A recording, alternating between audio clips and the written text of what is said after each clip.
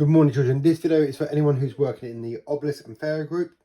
Today we're going to be adding two decimal numbers when crossing the whole, and we're going to be using yesterday's learning of complements to 1 to support our learning. Before we do that, please make sure you do your start from Teachers Rock Stars, and then if you have an IXL activity, please do that before as well. So crossing the whole, children.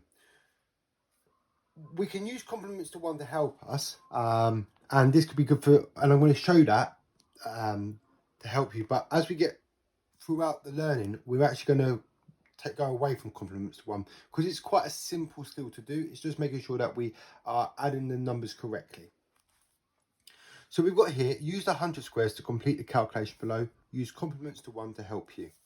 So let's work out what we've got here first. We've got, well, we know this row is worth 10. So we've got 10, 20, 30, 40, 41, 42, 43, 44, 45, 46.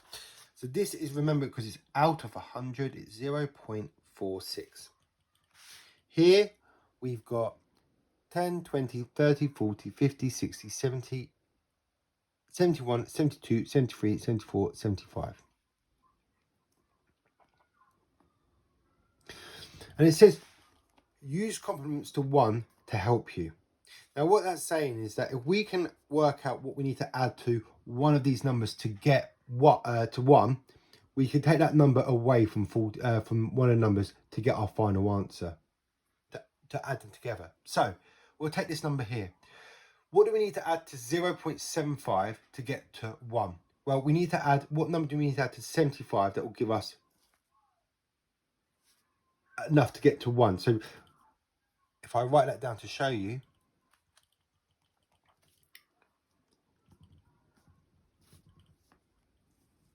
so 5 plus something equals, and remember when we said when we're complementing to 1, that we must make this answer 10. So 5 plus 5 equals 10.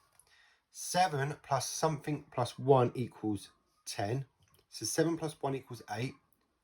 Plus 2 gives us 10. And 0 plus 0 plus 1 equals 1. So we know that to get to complement to 1 of 0.75, we must add 0.25. And we can take that value away from 0.46. And whatever we've got left, we will add to 1 to give us our answer. Now, this is a very long-winded process to do this. But this is to show why working out complements of 1 is important to understand when crossing the whole. So 6 take away 5, because we're taking 0.25 because we've added it to 0.75. So 6 take away 5 is 1. 4 take away 2 is 2. 0 take away 0 equals 0. So we can now add, because that's what we've got left from this number here. So if we were to cross out all of these, we'd be left with 21 squares. So we do 1 plus 0.21, and it'll give us 1.21. Now, I'm going to show you where I'm going to use in this example. I'm not going to use that complement to 1. I'm actually going to just add these two numbers, because this is the other way, which is a much simpler way of doing it, in my opinion. But it's understanding that you're crossing the whole. And I believe that if you can get the answer right, and whichever method you use gets the answer right, I don't mind which method you use, as long as the answer is right. So we're just going to add these two numbers together. 5 plus 5 equals 10. 2 plus 7 plus 1 equals 10. 9 plus 3 equals 12. Plus 1 equals 13. 0 plus 0 plus 1 equals 1. So our answer is 1.300, or it could be 1.3.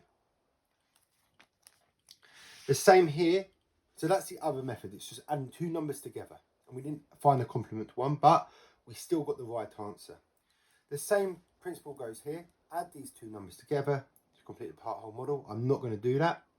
And the same here, using a grid here, complete the addition of these two numbers together to give our answer. We're now going to go on to our reasoning and problem solving. So Ali has 2 bottles of lemonade, which contain 1.567 litres altogether. One of the bottles is shown below, 0.728 litres. Ali thinks the other bottle contains 0.939 litres. Is he correct? Convince me. So when the total of these two numbers, Ali says it will equal that amount. So to work this out, we need to add these two numbers together because it's all together. So when you combine these two numbers to get an answer, and hopefully this is our answer. If it's not, then he's incorrect. We'll work this out now. So again, 0.728 plus 0.939. 8 plus 9 equals 17. 2 plus 3 equals 5, plus 1 equals 6. 7 plus 9 equals 16. 0 plus 0 plus 1 equals 1. Don't forget the decimal point. So the answer is 1.667. He says the answer is 1.567. Is he correct? Convince me. He's incorrect.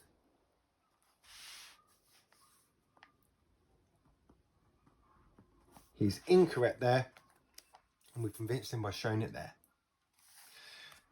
On here, we're going to do this last question together. Calculate the missing length on the material. So we're going to work out what is the difference between from here to there. And it's very simple. We're going to do, we've got a number here, plus this number here would give us this total here.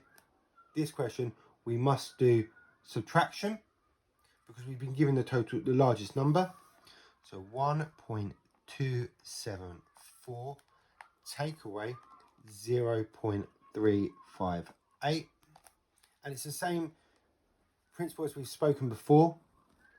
Here we've got the smaller number is above the larger number, so we must exchange because we can't do 4 take away 8.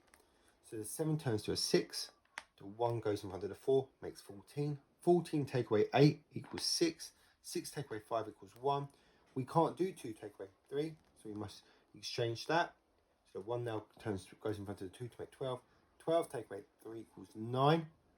0 take away 0 equals 0. So that answer is 0.916. So that is the missing length. And don't forget to put the unit of measurement. The last question is you need to work these out. And you use either greater than, less than, or the same as, to whether it gives you the answer of each question. So if this answer was bigger than this answer, we'd use the greater than symbol going that way. Okay, that's the end of your input today. So please go to the task sheet and answer the questions. Best of luck.